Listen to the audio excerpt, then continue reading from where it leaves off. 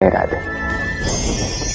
भाग्य, कितना सुंदर शब्द है ये भाग्य, किंतु जितना सुंदर है उतना ही रहस्यमय भी है।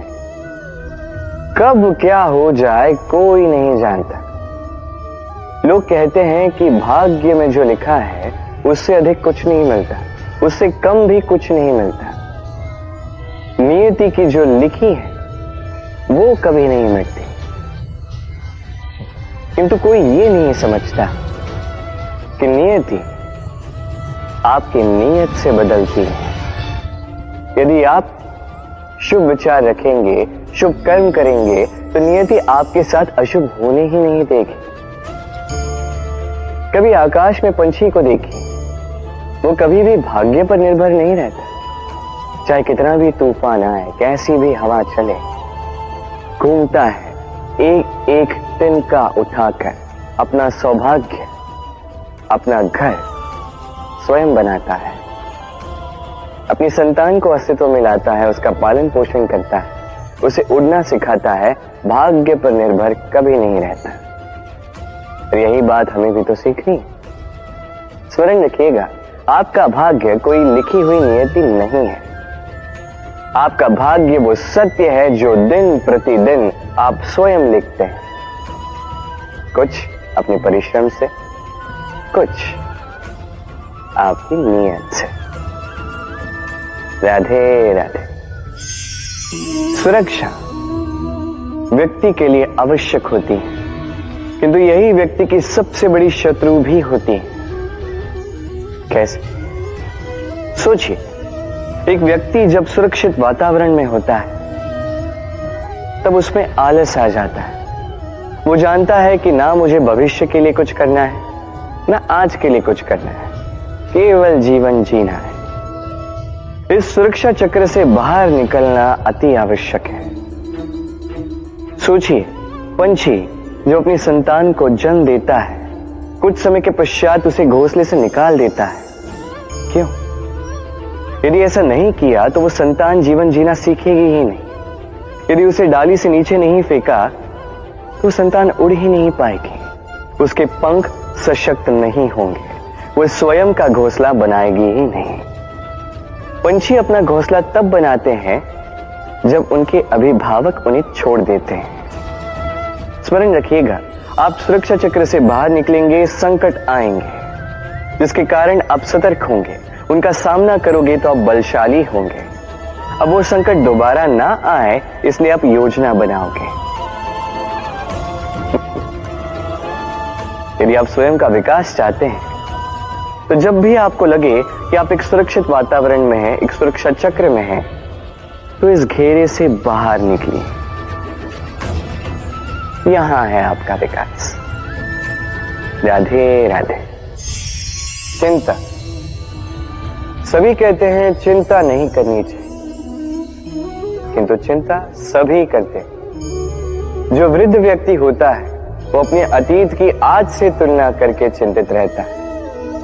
जो युवक होता है वो भविष्य के विषय में सोचता है, अपने लक्ष्य को कैसे प्राप्त किया जाए इस विचार में चिंतित रहता है। एक बालक ही है जिसे न भविष्य की चिंता है, न भूतकाल का दुख है। और ऐसा क्यों? क्योंकि वो केवल वर्तमान में जीता और इसीलिए वो सबसे अधिक सुखी है।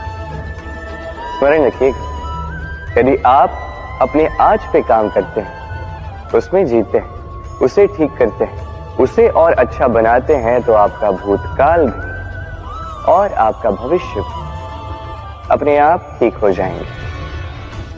आइए मेरे साथ प्रेम से कहें, राधे राधे। ना, कितनी साधारण सी बात है। हर एक मनुष्य जो जन्म लेता है उसे एक नाम मिलता है, जो उसे दिया जाता है या तो उसके माता पिता द्वारा, या तो उसके गुरु द्वारा, या किसी संबंधी द्वारा, या किसी प्रियजन द्वारा। इसी नाम के साथ वो पलता है, बढ़ता है। परंतु क्या यही नाम है? क्या यही सब कुछ है? कदापि नहीं। एक नाम वो है जो आपको जन्म से मिलता है, जिसे आप कर्म तक ले जाते हैं, और एक नाम वो जो आप अपने कर्म से अर्जित करते हैं, और इसी कारण से आप जन्मों जन्मों तक जाने जाते हैं। आपका वास्तविक नाम वो नहीं जो आपको जन्म से मिला है, आपका वास्तविक नाम वो है जो आपने अपने कर्म से कमाया है, क्योंकि इस कमाई के पीछे अनंत प्रयास छिपे होते हैं, अनेक परिश्रम छिपे होते हैं। किंतु यदि आप चाहते ही हैं कि लोग आपके नाम को स्मरण रखें, तो आपको कर्म के मार्ग पर अग्रसर होना ही होगा। शुभ कर्म करने होंगे, निरंतर प्रयास करने होंगे, महान कर्म करने होंगे, और विश्वास कीजिए आपको एक महान नाम का ये फल अवश्य मिलेगा। राधे राधे। कभी जीवन में आपने देखा होगा, सुना होगा कि मनुष्य जब दूध पीता है, उसमें यदि कोई मक्खी आके गिर जाए तो वो उसका पान नहीं करता, उस दूध को कहीं फेंक देता है। क्योंकि सोचिए, यदि यहाँ पे परिस्थिति तनिक भिन्न है, दूध के स्थान पर घी है, तो मनुष्य क्या करता है? उस घी को नहीं फेंकता, उसमें से मक्खी को निकाल के फेंकता। इससे हम क्या समझते हैं? यही कि मक्खी अधिक महत्वपूर्ण नहीं, अधिक महत्वपूर्ण है वो पदार्थ घी। अब सोचिए, दूध और घी दोनों उत्पन्न होते हैं गैया से, फिर अधिक महत्वता घी को क्यों दी जाती? वो इसलिए क्योंकि जो जितना तपता है वो उतना खड़ा बनता है, उतना मूल्यवान बनता है, इतना मूल्यवान कि यदि उसमें कोई अवगुण भी हो, लोग उसे अनदेखा कर देते हैं। स्मरण रखिएगा, ये गुण अवगुण ये केवल व्यवहार, किंतु परिश्रम करना, संघर्ष करना, तपना, ये मनुष्य का भाव है। और व्यवहार पे नहीं, भाव पर ध्यान केंद्रित कीजिए, उसे महत्व दीजिए। और आइए मेरे साथ प्रेम से कहें,